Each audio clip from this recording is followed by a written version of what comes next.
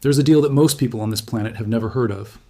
It was never debated in any parliament. It was never put to any vote. It was signed in secret, enforced in silence, and for 50 years, it quietly ran the entire global economy from the shadows. Say, T determined what your groceries cost. It determined how much you paid for fuel. It determined why America could spend money it didn't have and still somehow remain the most powerful nation on earth. It determined, in ways most people never thought to ask about, the shape of the world you live in right now. And in June 2024, Saudi Arabia let it die. What happens next will affect every human being on this planet. Every pension, every paycheck, every price tag, and every store in every country. And the terrifying part, the part that nobody in power wants to say out loud, is that nobody truly knows how bad it's going to get. This is the story of the petrodollar. How it was born, why it worked, why it's ending, and what comes next for a world that built itself entirely around a system that no longer exists. To understand what Saudi Arabia just did, you have to go back, not to 1974, but even further. You have to go back to 1944, when the entire world was still on fire and the great powers of the earth sat down in a hotel in Bretton Woods, New Hampshire, to decide what the global financial system would look like after the war ended. The decision they made that summer would shape every economy on earth for the next 80 years. The agreement they reached was elegant in its simplicity. Every major currency in the world would be pegged to the US dollar, and the US dollar itself would be backed by gold at a fixed rate of $35 per ounce. It was a system designed to provide stability. It was a system designed to rebuild the shattered economies of a world that had just lived through a depression and a world war. And for a time it worked. But by the late 1960s, America was fighting a war in Vietnam that was costing billions of dollars it didn't have. The US government was spending more than it was bringing in, printing money to cover the gap, and the gap between the number of dollars in circulation and the amount of gold sitting in Fort Knox was becoming impossible to ignore. France, smelling trouble, began sending ships to New York to collect its gold. Other countries followed. And in August 1971, President Richard Nixon did something that had never been done before in the history of modern finance. He closed the gold window. He ended the dollar's convertibility to gold entirely. Just like that, unilaterally, without asking anyone. The Bretton Woods system was dead. The dollar, overnight, became a piece of paper backed by nothing but the promise of the United States government. And in the financial capitals of the world, people who understood what this meant sat very quietly and asked themselves a question that had no comfortable answer. If the dollar is backed by nothing, why should anyone accept it? Washington asked itself the same question. And Henry Kissinger, the Secretary of State, the man who had built a career on understanding power in its most naked form, came up with an answer so audacious, so brilliant, so ruthless, that it is still difficult to fully absorb even now. Tie the dollar to oil. Not to gold, which was finite and limited, and could be physically counted and shipped across the ocean. Oil, the thing that every modern economy on Earth needed more than it needed anything else. The thing that moved ships and planes and tanks and trucks. The thing that heated homes and generated electricity and made plastic and fertilizer and every other product of the industrial age. If you could force the world to buy oil in dollars, you could force the world to need dollars. And if the world needed dollars, the dollar would never fail. In 1974, with the memory of the oil embargo of the previous year still fresh and the price of oil still shaking economies around the globe, Kissinger flew to Saudi Arabia. What happened next was kept secret from the American public for over 40 years. It was only revealed in 2016 when Bloomberg News obtained the documents through a Freedom of Information Act request. The deal was simple, and it was devastating in its implications. Saudi Arabia would sell its oil exclusively in US dollars, every barrel, no exceptions, no alternatives. If you wanted Saudi oil, and in 1974 the world desperately wanted Saudi oil, you were going to pay for it in American currency. In return, the United States would provide Saudi Arabia with military protection, American weapons, American soldiers, and American guarantee that the House of Saud would remain in power regardless of what its own people might want. And there was one more piece to the deal, the piece that made it truly extraordinary. 80% of the oil revenues that Saudi Arabia earned, the billions of dollars that would flood into Riyadh every year as nations around the world paid for their energy, would be reinvested in American Treasury securities, recycled back into the U.S. financial system. Saudi Arabia would, in essence, become the single most important buyer of American government debt. Think about what this meant. America could now run deficits. It could spend more than it earned. It could borrow money at low interest rates because there was always a guaranteed buyer for its bonds. It could maintain hundreds of military bases around the world, project power into every corner of the globe, fight wars of choice in distant countries, and pay for all of it simply by printing dollars that the world was forced to accept because the world needed them to buy oil. The deal ensured that world oil spending ended up back in the US, so that the proliferating number of foreign military bases and operations could be maintained and financed. America had found a way to make the entire global economy pay for its own dominance. It was, by any measure, one of the most consequential agreements in the history of modern civilization. And it worked. For 50 years, it worked. Other OPEC nations fell into line behind Saudi Arabia. The dollar became so thoroughly embedded in global energy markets that it became unthinkable to price oil in anything else. Countries that even suggested using a different currency discovered very quickly that the suggestion came with consequences. In 2000, Saddam Hussein announced that Iraq would begin accepting euros for its oil. 3 years later, the United States invaded Iraq. In 2011, Muammar Gaddafi proposed a gold-backed Pan-African currency to replace the dollar in oil transactions. NATO intervened that same year. Iran has sold oil in non-dollar currencies since 2012. Iran has faced continuous sanctions, economic warfare, and repeated threats of military action ever since. The message couldn't be clearer. Abandon the petrodollar, face consequences. The system was maintained not just by economic incentives, but by the implicit understanding that the United States had both the will and the military capability to punish those who defied it. For half a century, no nation large enough to matter had been willing to test that proposition. The petrodollar was not just a financial arrangement, it was the architecture of American power itself. And then Saudi Arabia decided not to renew it. The long-standing petrodollar agreement expired on June 9, 2024, and Saudi Arabia terminated this deal to diversify its economy and partnerships, including trade with China and its BRICS membership, signaling a shift. No dramatic announcement, no press conference with flashing cameras, just a quiet expiration, a non-renewal, and a silence where a deal used to be. Saudi Arabia will now sell oil in multiple currencies, including the Chinese RMB, euros, yen, and yuan, instead of exclusively in US dollars. After 50 years of the most consequential bilateral financial agreement in modern history, the kingdom simply walked away. To understand why, you have to understand what the world looked like to Mohammed bin Salman in 2024. The Crown Prince, the man who effectively ran Saudi Arabia, who had consolidated power in ways that would have been unthinkable to previous generations of Saudi rulers, was looking at a set of numbers that told a very uncomfortable story about the long-term viability of the arrangement his predecessors had made with Washington. The American economy, relative to the global economy, was shrinking. Not in absolute terms, America was still growing. But as a share of global GDP, the United States was smaller than it had been in 1974, and getting smaller. China was now the world's largest buyer of Saudi oil. India was not far behind. The countries of Asia, not America, were the future of Saudi Arabia's market. And yet, Saudi Arabia was still pricing its oil in the currency of its largest customer from the 1970s, not its largest customers of the 2020s. At the same time, America had done something in 2022 that changed the calculation for every government on Earth. When Russia invaded Ukraine, the United States and its allies froze $300 billion of Russian foreign exchange reserves. They simply seized them, locked them, made them inaccessible. It was an act of financial warfare so brazen, so unprecedented, that it sent a shockwave through every treasury ministry and central bank on the planet. Because what it proved, what it demonstrated beyond any possible doubt, was that your dollar reserves were not truly yours. They were yours only as long as Washington decided to let you keep them. In 2022, the U.S. froze Russia's dollar reserves after the Ukraine invasion. That sent a clear message. Your reserves are only safe as long as Washington agrees with you. For Saudi Arabia, watching what happened to Russia, the math changed entirely. If the price of holding dollars was accepting that, Washington had the power to take them away at any moment it chose. Then maybe holding dollars was not the safe, neutral financial decision it had always appeared to be. Maybe it was, in fact, a vulnerability, a hostage situation disguised as a partnership. Saudi Arabia joined BRICS. It began negotiating oil sales to China and yuan. It started exploring digital currencies and alternative payment systems. It quietly, methodically, began building the financial infrastructure of a post-petrodollar world.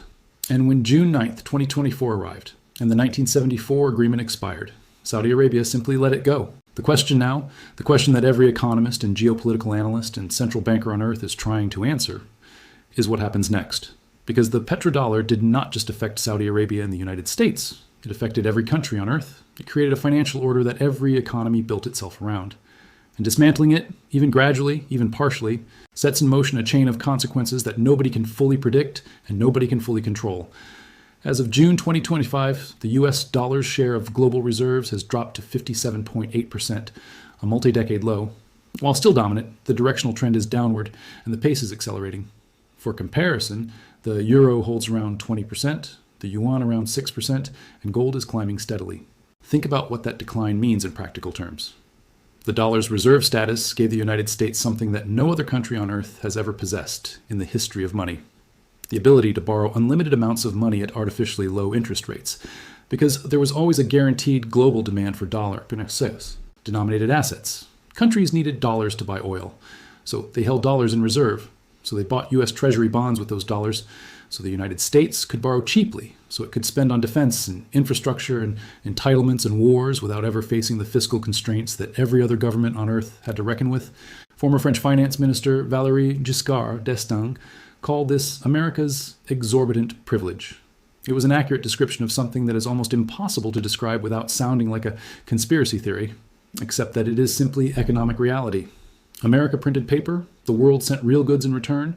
America borrowed money at near zero interest rates while other countries paid premium rates. America could sanction any country it chose, cut them off from the global financial system, destroy their economies, because every country was dependent on a currency that only America controlled. That privilege is now eroding, and what is replacing it is not a clean, orderly transition to a new system. It is a fractured, unpredictable, genuinely dangerous interregnum in which the old rules no longer fully apply, and the new rules have not yet been written. The expiration of the petrodollar agreement represents a fundamental shift in global economic and financial dynamics. The US dollar's weakening, the potential rise of alternative reserve currencies, and the increased use of digital currencies could all contribute to a more complex and multipolar world. This transition may lead to higher borrowing costs for the US, increased volatility in oil markets, and significant changes in global trade patterns. Higher borrowing costs for the United States means higher interest payments on a national debt that has already reached levels that previous generations of economists would have considered catastrophic. Every percentage point increase in the interest rate the US government pays on its debt costs hundreds of billions of dollars per year. Those costs have to come from somewhere. They come from higher taxes, or cuts to services, or more borrowing, which makes the problem worse. The fiscal mathematics of American governance, which only work because of the petrodollar's artificial demand for US debt, are becoming increasingly difficult to sustain. And then there's inflation. The dollar's strength, maintained by its reserve status and its role in global energy trade, has historically allowed America to import goods at prices that reflected the currency's global power. If that power diminishes, if the dollar weakens as demand for it falls, then everything America imports becomes more expensive. And in a country where almost nothing is manufactured domestically anymore, where supply chains stretch across the Pacific and production has been offshored for decades, the inflationary consequences of a weaker dollar could be severe and lasting. China understands this perfectly. China has been preparing for this moment for years, maybe decades. From a peak of $317 trillion in November 2013, China's U.S. Treasury holdings have declined to $730.7 billion as of July 2025, a reduction of more than 45%. China's central bank has purchased gold for 11 consecutive months through September 2025, bringing total reserves to 74.06 million troy ounces, valued at $283 billion. China is not panicking. China is not making dramatic announcements. China is quietly, systematically reducing its exposure to American financial assets and building up reserves in gold and yuan and physical commodities that cannot be frozen or sanctioned or made inaccessible by a decision in Washington. The petrodollar, China's attempt to create an oil trading system denominated in its own currency, has been advancing faster than most Western analysts predicted. China signed long-term oil contracts with Russia, with Iran, with Gulf states, settling them in yuan. It launched yuan-denominated oil futures on the Shanghai Exchange. It built the financial infrastructure, the payment systems, the clearinghouses, the digital currency platforms that would allow a non-dollar oil trading world to function. Beijing has actively urged oil suppliers, including Saudi Arabia and Russia, to accept yuan for oil shipments, inking long-term oil contracts with Russia, Iran, and Gulf states using yuan, lowering reliance on the U.S. currency. Russia, having been effectively ejected from the Western financial system after 2022, has become an enthusiastic early adopter of any alternative to the dollar. India, watching the weaponization of the dollar with growing alarm, has been negotiating rupee-denominated oil deals with Russia, with Iran, with whoever will accept them. Brazil, Indonesia, Malaysia, Turkey, across the global south, governments that once had no choice but to accept dollar dominance are now building the infrastructure of alternatives, slowly but undeniably. The BRICS coalition, Brazil, Russia, India, China, South Africa, now expanded to include Saudi Arabia and several other nations, is not a military alliance or a formal political bloc. But it represents something more consequential, a shared desire among nations representing nearly half the world's population, and a third of global GDP to conduct business without American intermediation. The BRICS Plus coalition now represents 45% of global population, 35% of global GDP measured in purchasing power parity, and 30% of global oil production. These are not marginal players. They are building parallel institutions that rival Western-dominated ones. And here is where the story becomes genuinely frightening. Not frightening in the way that a bomb is frightening, sudden, visible, unambiguous. Frightening in the way that a slow leak in a foundation is frightening. You cannot see it. You cannot point to a single moment when things went wrong. You only know that one day the house that seemed perfectly solid begins to show cracks in places you did not think to look. The United States has two choices in response to the collapse of the petrodollar system, and both of them are bad. The first choice is to adapt, to accept the emergence of a multipolar currency world, to reform its fiscal policies, to reduce its deficits, to compete on the merits of its economy, rather than on the structural advantage of its currency. This is the responsible choice. It is also politically almost impossible because it requires telling the American public that the era of unlimited borrowing is over, that taxes must rise or spending must fall, that the exorbitant privilege is gone and the bill has come due. The second choice is to fight, to use the tools of American power, military, economic, diplomatic, to preserve the petrodollar system by force the way it has been enforced implicitly for 50 years, to make examples of those who defect, to sanction, to destabilize, to intervene. This is the dangerous choice. Because in 1974, when the petrodollar system was established, no single country had the economic weight to challenge American dominance. Today, China does. Russia does. And a coalition of BRICS nations acting together almost certainly does. The threat of American economic and military consequences, which once deterred any serious challenge to the petrodollar, may no longer be sufficient to deter the challenges that are already underway. When a currency ceases to dominate because it is useful and begins to do so because it instills fear, its fragility becomes structural. When trust turns into coercion, the system enters a defensive phase. And sooner or later, someone dares to say enough, not out of ideology, but out of necessity. There is one more variable in this equation that nobody in Washington wants to talk about because it is completely outside any government's control. The electric vehicle revolution. 1 in 4 cars sold globally in 2025 will be electric. By 2030, the ratio is expected to reach 2 in 5. Global oil demand is projected to stagnate after 2026 and potentially decline by 2030 as EV adoption accelerates. The petrodollar system was built on the premise that every modern economy needed oil and therefore needed dollars. But what happens to a financial architecture built on oil when the world stops needing as much oil? The foundation does not just weaken. It dissolves, and a dollar whose global necessity was always tied to energy markets faces a structural crisis that no amount of military intervention or diplomatic pressure can resolve, because you cannot shoot an electric vehicle into obsolescence. The world that is coming, the world that is, in fact, already here, already arriving in the statistics and the trade patterns and the central bank gold purchases and the quiet non-renewal of a 50-year-old secret deal in the desert, is a world where American power is real but constrained, where the dollar is important but not indispensable, where the rules of the international financial system are genuinely contested for the first time since Bretton Woods. In the foreseeable future, the dollar's dominance will remain, but a gradual democratization of the global financial landscape may be underway, giving way to a world in which more local currencies can be used for international transactions. In such a world, the dollar would remain prominent but without its outsized clout. For ordinary people watching this unfold, the question is not abstract. It is the price of their groceries, the interest rate on their mortgage, the cost of filling a gas tank, the value of the savings account they have been building for retirement. When currencies shift, when financial systems reorganize, the costs are not borne by governments or central banks. They are borne by people, by families, by the person trying to figure out why everything costs more this month than it did last month, with no good answer available. History tells us that transitions between reserve currency systems are never smooth. When the British pound lost its position as the world's dominant reserve currency after World War II, Britain endured decades of economic difficulty, austerity, currency crises, and the painful process of adjusting to a world where it was no longer at the center.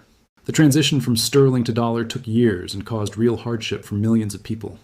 The transition from dollar to whatever comes next, a multipolar system, a partially yuan-based system, a gold-backed system, some combination no one has yet imagined, will likely be neither faster nor less painful. And the timing could not be worse. The United States is carrying a national debt that would have seemed inconceivable to previous generations. It is importing more than it exports. Its domestic manufacturing base has been hollowed out over decades. Its political system is paralyzed by division at precisely the moment when clear-eyed, long-term thinking about fiscal reality is most desperately needed. The country that built the petrodollar system, that benefited from it for 50 years, that used its advantages to project power into every corner of the globe, that country now faces the unwinding of those advantages without the political consensus or the institutional capacity to respond effectively. Saudi Arabia signed a deal in 1974 that gave America half a century of extraordinary privilege. It let that deal expire in 2024. And in the years between those two moments, the world changed so completely that the choice Saudi Arabia made in June 2024 was, in a very real sense, inevitable. Not a betrayal, not a surprise. Just the logical conclusion of forces that had been building for decades, arriving exactly on schedule, at exactly the moment the world was least prepared to absorb them. The petrodollar is over. The question that will define the next generation, the question that will be answered not by presidents or central bankers or economists, but by the accumulated weight of millions of individual decisions by governments and companies and ordinary people trying to navigate an uncertain world, is what comes next. Nobody knows. And that, more than anything else about this story, is the part that should keep you up at night.